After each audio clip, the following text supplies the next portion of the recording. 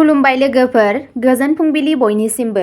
नोंथांमोनखौ गोदान भिडिअ'आव आरो फिन खेबसेबाव बयखौबो बरायनाय बावहरग्रोनाय जाबाय। आं दिनै नोंथांमोननि सिगाङाव 26 जुन 2025 मायथाइ एबा 11 आसार दान 1432 मायथाइनि सानसेनि फानजामुथिखौ फरायथिनो लादों। आसा खालामो नोंथांमोनहा भिडिअ'खौ नायना मोजां मोनगोन।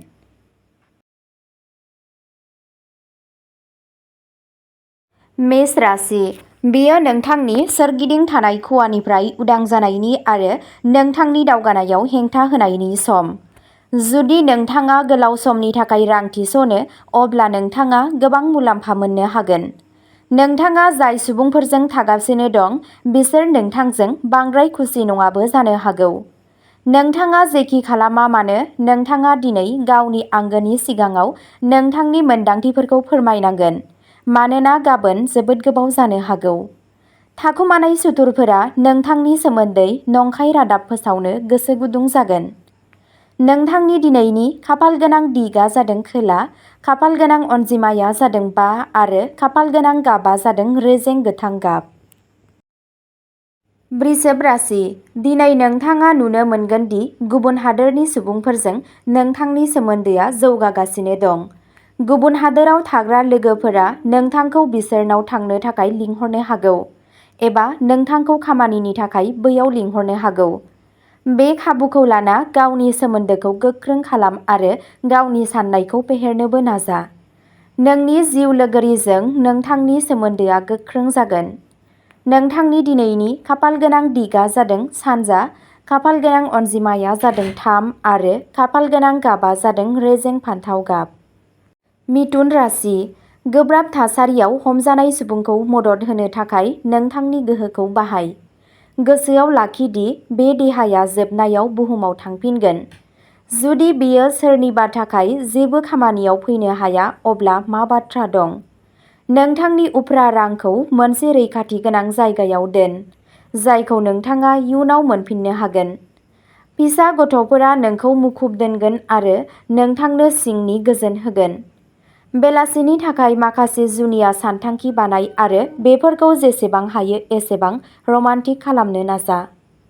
दावबायनायनि थाखाय साना बारा मोजां नङा।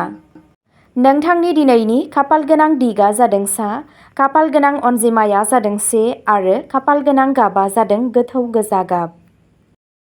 कर्क राशि। दिनै नोंथाङा नोंथांनि जिउआव नोंथांनि नखर, लोगोफोर आरो पार्टनारनि बिफावखौ सिनायगोन। जेब्लानो नोंथांनो मददनि गोनांथि जायो, अब्ला बिसोरो जेब्लाबो नोंथांनि थाखाय थायो। दिनै नोंथाङा बिसोरखौ बेसेबां मोजां मोनो आरो बिसोरो नोंथांनि जिउआव बेसेबां गोनां, बेखौ दिन्थिनो रोखा खालाम। दिनै नोंथाङा गावनि जिउ लोगोरिजों गोबां रां खरसा खालामनो हागौ। बेयो नोंथांनि रुजुजायै आरो इयुननि सानथांखिफोरखौ फिन खेबसे सानफिननायनि सम। नोंथांनि दिनैनि खाफालगोनां दिगआ जादों सोनाब, खाफालगोनां अनजिमाया जादों 6 आरो खाफालगोनां गाबआ जादों मैनि गाब। सिंह राशि। थाबथानाय बाथ्राफोरा बांसिन जेथो गोनां जागोन आरो खरसाया नोंथांनि गोसोआव गिलिर जागोन। गथ'फोर आरो बैसो जानायफोरा गावसोरनि थाखाय नोंथांनि बांसिन सम बिनो हागौ। दिनै रमान्टिक सोमोन्दोआव नोंथांनि उदां बिजिरनायखौ बाहाय। बेयो जानो हागौ दि नोंथांनि सिगांनि सोरबा सासेया नोंथांजों सोमोन्दो लागोन आरो बे सानखौ गोसोखांथाव खालामगोन। नोंथाङा सासे सोमोनांथाव लोगोरि जानायनि खाफालखौ गोख्रोङै मोनदांगोन। नोंथांनि दिनैनि खाफालगोनां दिगआ जादों सानजा, खाफालगोनां अनजिमाया जादों 7 आरो खाफालगोनां गाबआ जादों गोथां गाब। कन्या राशि। दिनै हरखाबै नोंथाङा धोन आरजिगोन।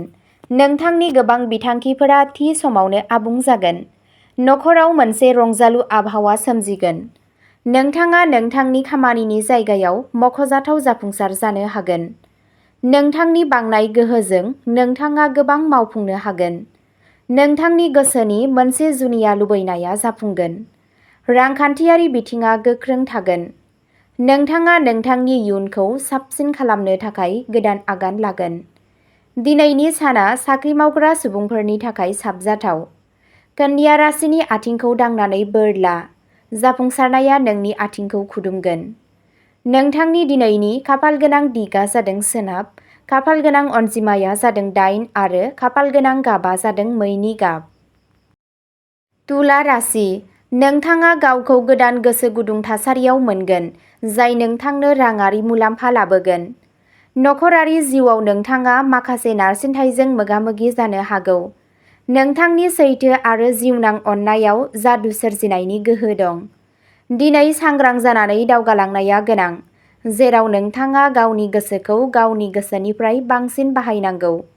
बेबादि बुंनाय जायो दि आइजोफोरा शुक्रआव आरो हौवाफोरा मंगल ग्रहआव थायो, नाथाय दिनै जुलि जानाय शुक्र आरो मंगलआ गावजों गाव ज' जागोन। नोंथांनि दिनैनि खाफाल गोनां दिगआ जादों सा, खाफाल गोनां अनजिमाया जादों 2 आरो खाफाल गोनां गाबा जादों गुफुर गाब। वृश्चिक राशि, दिनै माखासे मोजां खौरां मोन्नायनि इसारा मोन्नाय जादों। दिनै सासे गोजाम लोगोखौ लोगो मोन्नायनि आसा दं, जाय इयुनाव गोबां मुलाम्फा जानो हागौ। नोंथाङा आबुङै नोंथांनि जिउ राहाखौ दावगाहोनायाव गोसो होगोन। गोनांथि जानाय सोरखौबा हेफाजाब होनाया नोंखौ जोबोद मोजां मोनहोगोन। नोंथाङा नोंथांनि पार्टनारजों दावबायनायनि बिथांखि लागोन। नोंथाङा नोंथांनि फालांगिखौ जौगाहोनायनि राहाफोरनि बागैबो साननो हागौ। गावनि खाफालाव चन्दननि मोनसे तिलक फुनना ला आरो बेयो नोंथांनि जिउ राहायाव जौगानायखौ रोखा खालामगोन। नोंथांनि दिनैनि खाफाल गोनां दिगआ जादों खोला, खाफाल गोनां अनजिमाया जादों 6 आरो खाफाल गोनां गाबा जादों गोथां गाब। धनु राशि, दिनैनि साना नोंथांनि थाखाय जोबोद मोजां जागोन। नोंथाङा राङारि मुलाम्फानि थाखाय मोजां खाबुफोर मोनगोन। नोंथांनि सावस्रिया साबसिन जागोन। दावबायनायनिफ्राय नोंथाङा मुलाम्फा जागोन। नोंथाङा सासे लोगोनिफ्राय आबुं हेफाजाब मोनगोन। नखरनि गासैबो सोद्रोमाफोरनि गेजेराव गावजों गाव गोरोबलायनाय थागोन। नोंथाङा नाजानाय खामानियाव जाफुंसार जानो हागोन। खाफालआ नोंनि थाखाय मोजां जागोन। नोंथाङा धोरोमारि सानथौनि फारसे बांसिन लुबैनाय थागोन। मुलाम्फानि खाबु मोननो थाखाय इसोर शिबनि आरती खालाम।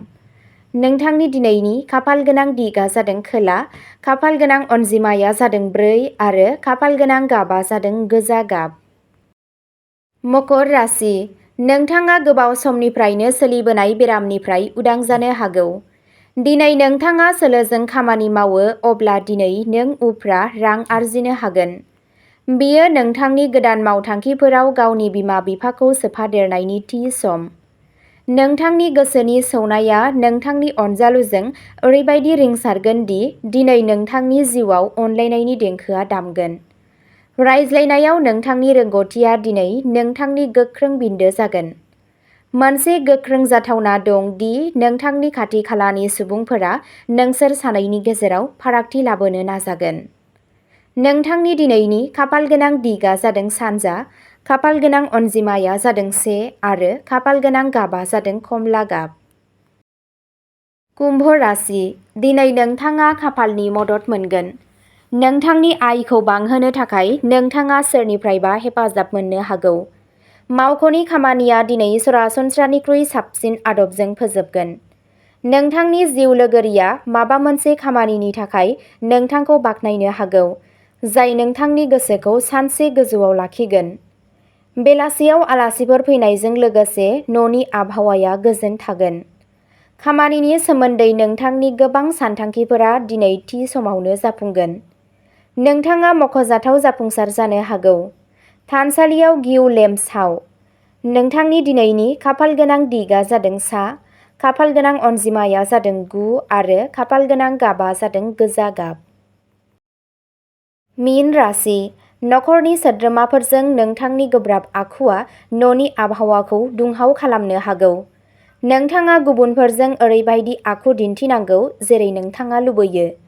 गोदान गोरोबथाफोरा मुलाम्फा गोनां जानो हागौ, नाथाय बेफोरो मिजिंथिजानाय मुलाम्फाखौ होनाय नङा।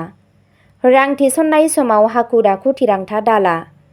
नोंथांनि खाथिनि सुबुंफोरनि सिगाङाव बै आयदाफोरखौ लाबोनायनिफ्राय गोजानाव था जाय बिसोरखौ दुखु होनो हागौ।